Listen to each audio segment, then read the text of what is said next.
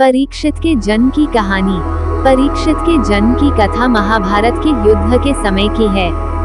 जब द्रौपदी को इस बात की जानकारी मिली कि अश्वत्थामा ने उसके 5 बेटों की हत्या कर दी है तो उसने अनशन करने की ठान ली। द्रौपदी ने प्रण लिया कि वह अपना अनशन तभी तोड़ेगी जब तक कि अश्वत्थामा के सिर पर लगी मणि उसे नहीं मिल जाती। जब अर्जुन को इसकी जानकारी मिली तो वे अश्वत्थामा से युद्ध करने निकल गए। दोनों के बीच भयंकर युद्ध शुरू हो गया। अर्जुन को मौत के घाट उतारने के लिए अश्वत्थामा ने अपना ब्रह्मास्त्र निकाला। ये देख अर्जुन ने भी अपना बचाव करने के लिए ब्रह्मास्त्र का प्रयोग किया। तभी वहां नारद और ऋषि व्यास पहुंचे और उन्होंने ब्रह्मास्त्र का इस्तेमाल करने से मना किया। इसके बाद अर्जुन ने अपना ब्रह्मास्त्र वापस कर लिया, लेकिन अश्वत्थामा ने ऐसा नहीं किया।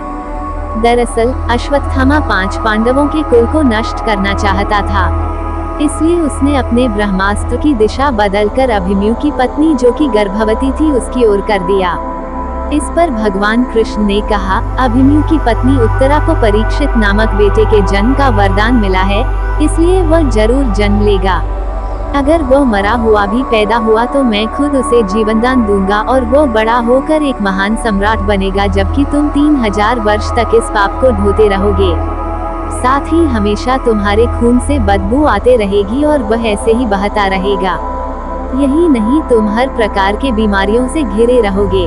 उद्धरण चिन्ह। इसके बाद अर्जुन ने अश्वत्थामा को रस्सी में बांधा और द्रौपदी के पास ले आया। अश्वत्थामा की हालत देखकर द्रौपदी को दया आ गई और उसने अर्जुन से उसे छोड़ने की अपील की, मगर भगवान कृष्ण ने ऐसा नहीं होने दिया और उन्होंने अर्जुन को आदेश दिया कि उसके सिर से मणि निकाल ले और द्रौपदी को दे दे। इधर ब्रह्मास्त्र के गर्भ में जाते ही उत्तरा को तेज दर्द होने लगा। ये देख भगवान कृष्ण ने अपना छोटा रूप धारण किया और उत्तरा के गर्भ में दाखिल हो गए। कृष्ण का छोटा रूप एक अंगूठे के बराबर ही था।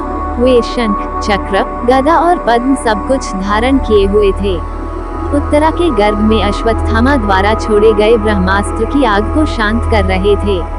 वहीं गर्भ में पल रहा बालक उन्हें देखकर हैरान था कि मेरी मां के गर्भ में ये कौन घुस गया है। कुछ समय बाद उत्तरा ने अपने बच्चे को जन्म दिया, लेकिन वो मृत पैदा हुआ। ये देख वह रोने लगी। उसने भगवान कृष्ण से कहा, ये नारायण, आपने तो कहा था कि मेरा बेटे पर ब्रह्मास्त्र का असर नहीं होगा और वह जीवित ही पैदा होगा। वह सालों तक अमर होकर राज करेगा, लेकिन ये तो मरा पड़ा है। इसे जीवित करने की कृपा करो प्रभु। उत्तरा की बात सुनकर भगवान कृष्ण तुरंत प्रसूति गृह में प्रवेश किया और कहा, हे पुत्री, तुम दुखी न हो, तुम्हारा बेटा जरूर जीवित होगा। मैंने खुद इसके जीवन की रक्षा की है। इसके बाद कृष्ण भगवान ने मृत बालक पर अमृतमयी नजरें डाली और कहा, अगर मैंने जीवन में कभी झूठ का साथ नहीं दिया है और हमेशा ब्रह्मचर्य के नियमों का पालन किया है, कभी किसी लड़ाई में अपनी पीठ नहीं दिखाई है, नहीं कभी अधर्म का साथ दिया है, तो अभी इसी समय अभिमन्यु का ये पुत्र जो मरा पड़ा है वह जीवित हो जाए। इतना कहने के बाद कृष्ण ने जब उस मृत बालक पर अपना हाथ डाला तो वह जीवित हो गया और रोने लगा। इसके बाद भगवान कृष्ण ने ब्रह्मास्त्र को वापस ब्रह्मलोक भेज दिया। ये चमत्कार देख सभी स्त्रियां आश्चर्यचकित हो गई। इसके बाद भगवान कृष्ण ने अभिमन्यु के पुत्र का नाम परीक्षित रखा। इसके पीछे का कारण था कि वह बालक कुरुकुल के नाश होने पर जन्मा था। वहीं जब युधिष्ठिर वापस आए और उन्हें बालक के जन्म के बारे में पता चला तो वे भी खुशी से झूम उठे। इस खुशी में उन्होंने हाथी, घोड़े, अन्न, गाय आदि दान दिए।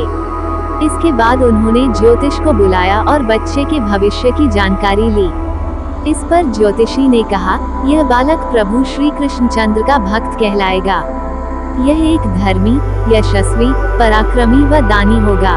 उद्धरण चिन्ह। ज्योतिष ने आगे बताया कि जीवन में एक ऋषि का शाप पाकर गंगा के तट पर यह श्री शुकदेव से आत्मज्ञान की प्राप्ति करेगा।